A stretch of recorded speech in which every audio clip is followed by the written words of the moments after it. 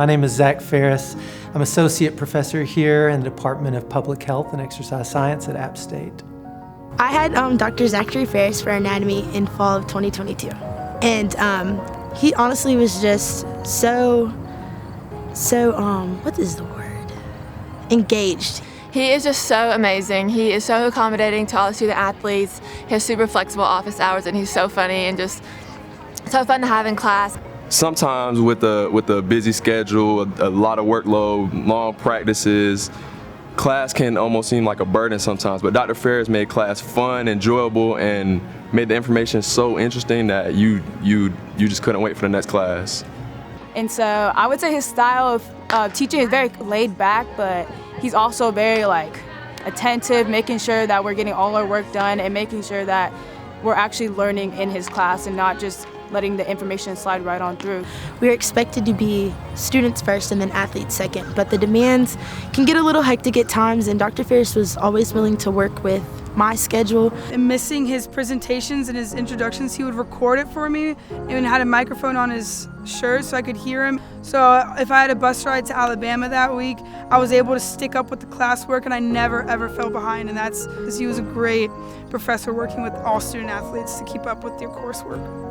He is just so deserving, and I just think he creates this special bond with his students. He always made sure he was there for us, and he was so open to help if any of us needed it. I would not nominate anybody other than Dr. Farris for this award. He's the best professor I've ever had, and as a senior I feel like I can say that with a lot of confidence, knowing that I've had all my professors, and he's just been the best professor I've ever had. He's the kindest, nicest, funniest, and he really cares about his students and his personnel, and I really appreciate that.